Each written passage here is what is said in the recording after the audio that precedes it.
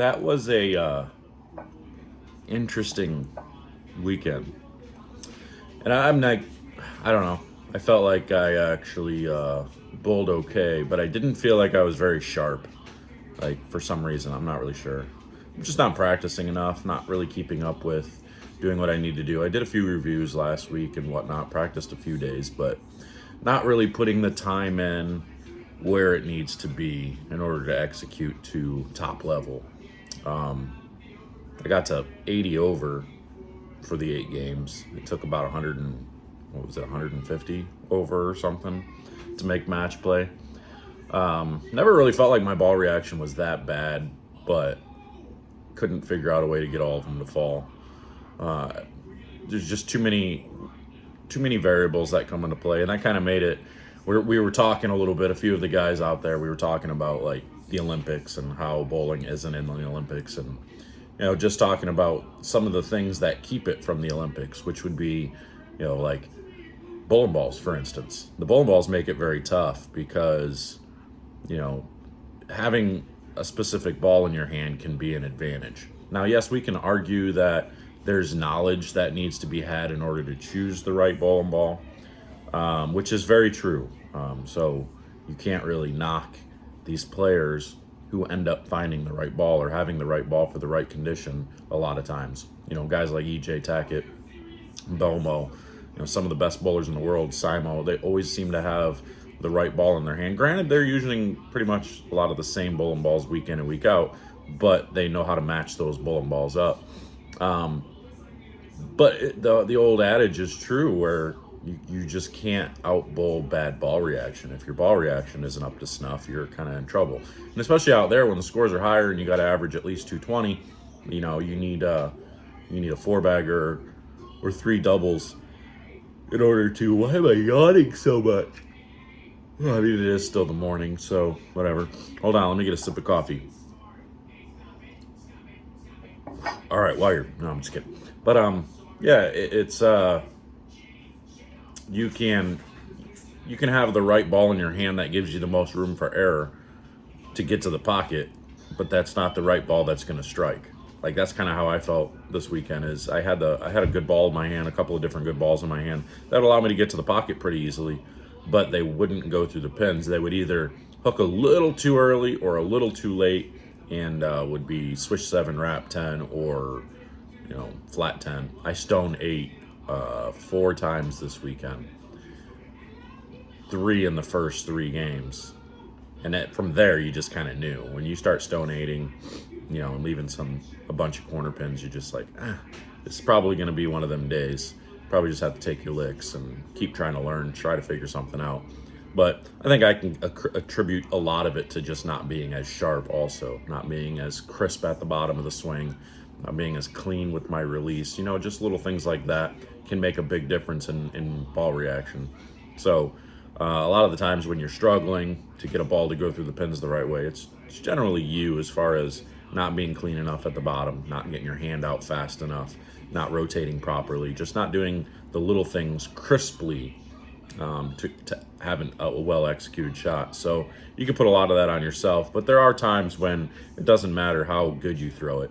It just seems like you're going to get 9 or you're going to split or something.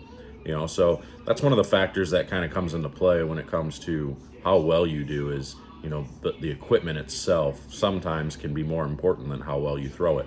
So that's one thing. The other thing in tournaments that we talk about is like who you follow.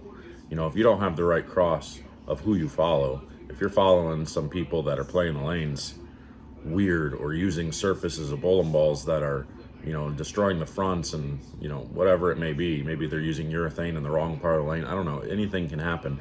But if you are following a group that is not doing anything similar to what you're doing or to what can be conducive to, helping the lanes become better, you're going to struggle, and you're going to go to pairs that are just not friendly, right? So, and the good thing in the PBA is when you're crossing, when you're changing pairs, you're not really following the same people game after game. You follow the same groups a couple of games through the 8, but for the most part, you're you're following like 5 different groups.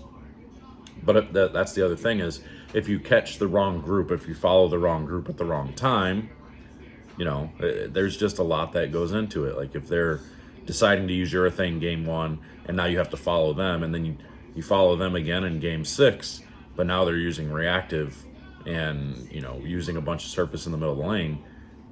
I mean, it makes a challenge. So I mean, there's no excuses there. It's just that's just one of the challenges that kind of comes up with the game, and I think why it's not really a level playing field when it comes to that, because but it is one of the things that makes the game and the sport so fun, is knowing that there's a challenge every single pair you go to, and you've got to be able to figure it out. And the unfortunate thing is, it's not really that unfortunate, it's actually a fortunate thing.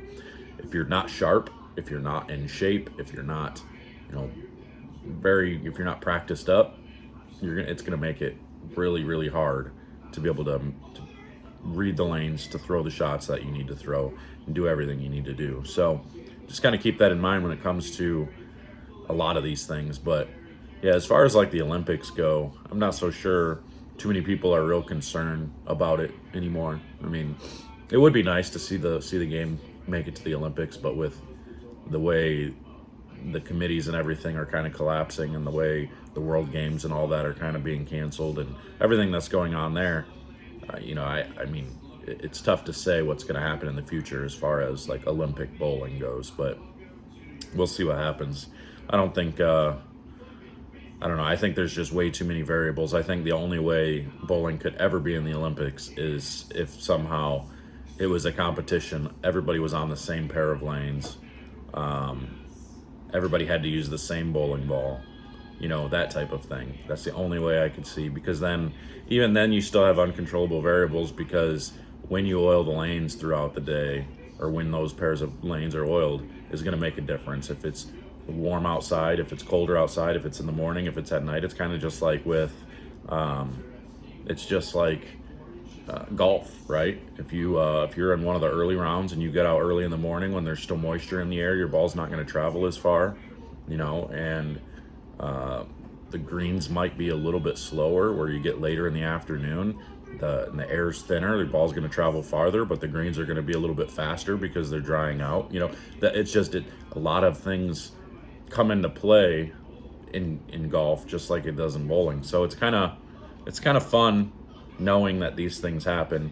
You listen to somebody like Phil Mickelson talk about his golf club selection, and the moisture in the air and the wind, and the types of grass that he's in, which direction the blades are facing, and it's like, it takes so much into consideration, and it's kind of a lot like bowling with ball selection, which type of core you want to use, the type of rotation you're going to put on the ball, the type of the how quick you want your thumb to get out, the angle you're going to throw the ball.